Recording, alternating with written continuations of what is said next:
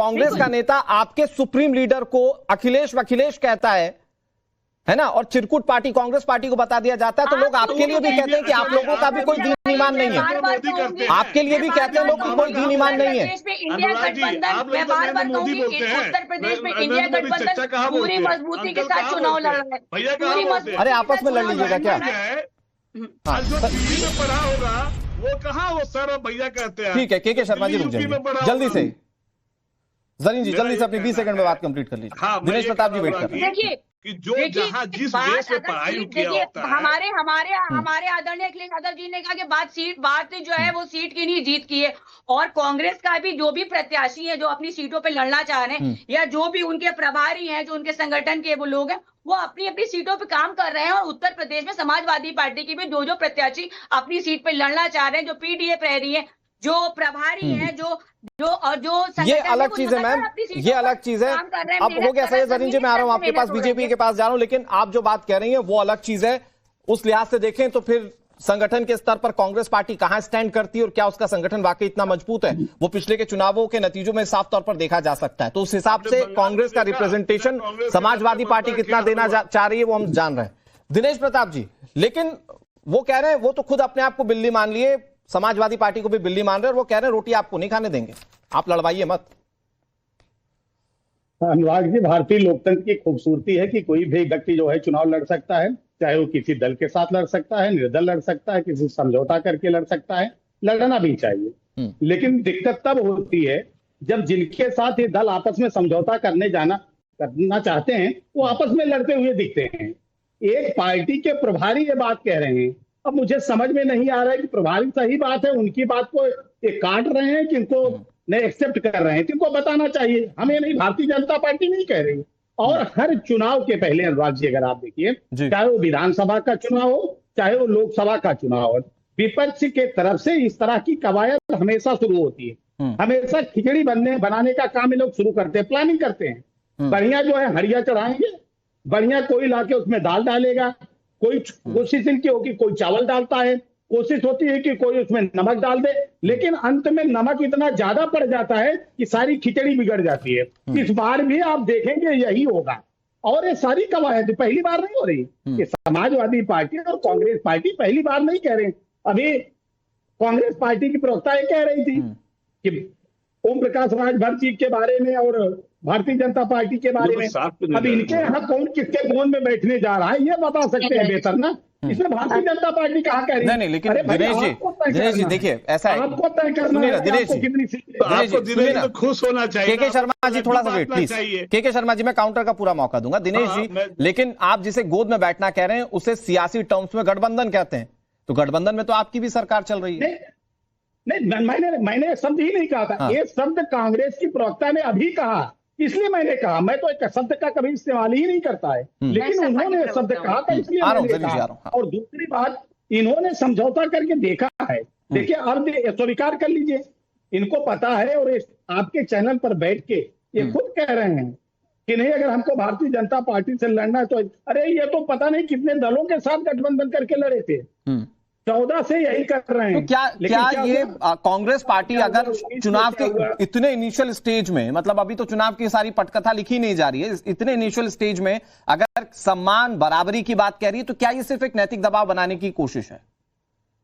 दिनेश नहीं, अगर कांग्रेस पार्टी आज राष्ट्रीय पार्टी अपने आप को कहती है, और वो कहती है कि हम बराबरी पर करेंगे, तो अगर बराबरी पर उनको सीटें नहीं मिलती है तो क्या समाज वो कांग्रेस पार्टी उनके साथ जाएगी? ये तो कांग्रेस पार्टी को तय करता है। लेकिन विरोधाभास आप यही देख लीजिए अनुराग जी, यही इनके प्रभारी में भारतीय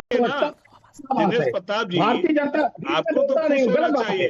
आपके दोनों लोगों के बीच मैंने एक शब्द नहीं बोला है, मैंने सुना। ठीक है शर्मा जी, और 20 सेकंड दे दीजिए, फिर मैं दे रहा हूं मौका आपको। हाँ चलिए दिनेश जी, 20 सेकंड। नहीं, भारतीय जनता पार्टी नहीं है, और भारतीय जनता पार्टी अनुराग जी कभी इसकी चिंता नहीं करती है कि कांग्रेस पार्टी किसके साथ मिलकर चुनाव लड़ेगी या समाजवादी पार्टी किसके साथ चुनाव लड़ेगी। अभी गए थे माननीय अखिलेश यादव जी बंगाल में, और कांग्रेस पार्टी भी चुनाव लड़ने गई थी बंगाल में, क्या हुआ अभी देखिए ना। और यही हाल हो गया है कि वे चुनाव की घोषणा नहीं हुई, सूत न कपास और जुलाहों में लट्ठम लट्ठा भी शुरू है। इस पर जवाब लेंगे। ओके दिनेश जी, मैं आ रहा हूं आपके पास, क्योंकि आपको कोई चिंता ही नहीं है इन दोनों के गठबंधन से, तो फिर उस पर और ज्यादा क्या बात करें, मैं फिर मौका दूंगा इनके काउंटर के बाद। लेकिन सौरभ भाई, दो बयानों पर बहुत गौर करने की जरूरत है। राजेंद्र पाल गौतम जो कि प्रभारी हैं, और मुझे जहां तक जानकारी है भाई ज्यादा बड़ा कद होगा के शर्मा से। के शर्मा अपने शब्दों में बताने की कोशिश कर रहे हैं, लेकिन कांग्रेस के प्रभारी राजेंद्र पाल गौतम कह रहे हैं समझौता बराबरी पर होगा और सम्मान के साथ होगा। और दूसरी तरफ अखिलेश यादव खुलकर कह चुके हैं कि बात सीट की नहीं जीत की होगी। उस लिहाज से देखें तो दोनों राजनीतिक पार्टियां एकदम क्लियर कर देती हैं कि इंटेंशन क्या है। सीट ज्यादा चाहिए कांग्रेस पार्टी को, और समाजवादी पार्टी चूंकि 2 सीटें पिछली बार विधानसभा चुनाव में कांग्रेस पार्टी जीती है, तो संभवतः उतनी सीटें देने का जिक्र कर रहे हैं अखिलेश यादव। देखिए अनुराग भाई, खानदानी सियासत और पारिवारिक विरासत वाली पार्टियां आपस में अगर लड़ती हुई दिखाई दे रही हैं तो ये स्पष्ट है कि जिस प्रकार से कांग्रेस जितनी दागी है उसके गठबंधन के साथी उतने ही उसके साथ बागी हैं। देखिए, मैं तो इस बात को स्पष्ट तौर पर जानता हूं कि अगर आप इतिहास और भूगोल दोनों उठाएंगे कांग्रेस और समाजवादी पार्टी का, तो दोनों आपको वो जो है वो इतिहास भी काला दिखेगा, भूगोल भी काला दिखेगा। इतिहास अगर आप देखेंगे तो 2 लड़कों की जोड़ी जब बनी थी तो किस प्रकार से पूर्ण रूप से फेल हो गई थी। उसके बाद मध्य प्रदेश का चुनाव जिसका आपने भी जिक्र किया, बहुत अच्छा जिक्र किया आपने, वहां पर एक कैंडिडेट समाजवादी पार्टी का जीता हुआ व्यक्ति था जिस पर कांग्रेस ने अपना प्रत्याशी उतार दिया था गठबंधन में रहते हुए भी, और यह भी कहा गया था कि कौन अखिलेश वखिलेश, ये कहने वाले कोई छोटा नेता नहीं थे, बहुत बड़े नेता थे। कमलनाथ जी के द्वारा बयान आया था। देखिए, निश्चित तौर पर के शर्मा जी कह रहे थे कि हम नमक है, लेकिन गठबंधन के लोग इनको नमक हराम मानते हैं, क्योंकि लगातार हमने देखा कि पश्चिम बंगाल के अंदर जो नमक हरामी कांग्रेस पार्टी ने की, ममता दीदी उससे जो है उनसे दूरी बना के रखी। जिस नमक हरामी को बिहार में लेके गए वहां पर भी इनको इनसे दूरी बना करके रखी गई।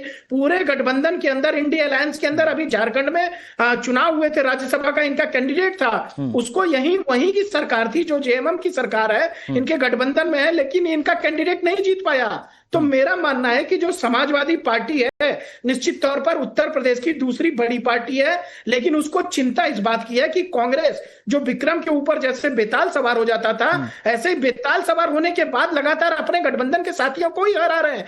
देखिए, तथाकथित मोहब्बत का गठबंधन है, और इस मोहब्बत के गठबंधन में जो बेवफाई का खंजर है अभी ये जो बयानबाजी हो रही है सौरभ भाई, चूंकि आप पॉलिटिकल एनालिस्ट हैं, ये अभी जो बयानबाजी हो रही है क्या सिर्फ दबाव की सियासत है?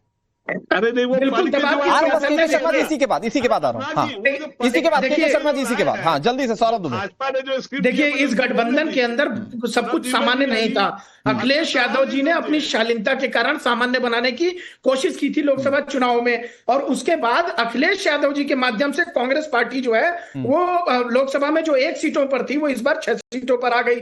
अब इनको लगता है कि हम समाजवादी पार्टी से कितना ज्यादा अधिक से अधिक मात्रा में उनसे सीटों की डिमांड करें, और अखिलेश यादव ये चाहते नहीं कि कांग्रेस जो लगातार, जिसका वर्चस्व है ही नहीं, जिसके पैर के नीचे जमीन नहीं है, फिर भी उसको यकीन नहीं है, वो चाहती है कि समाजवादी पार्टी के सर पे चढ़ करके आधी सीटें लेकर के अपना वर्चस्व बनाए।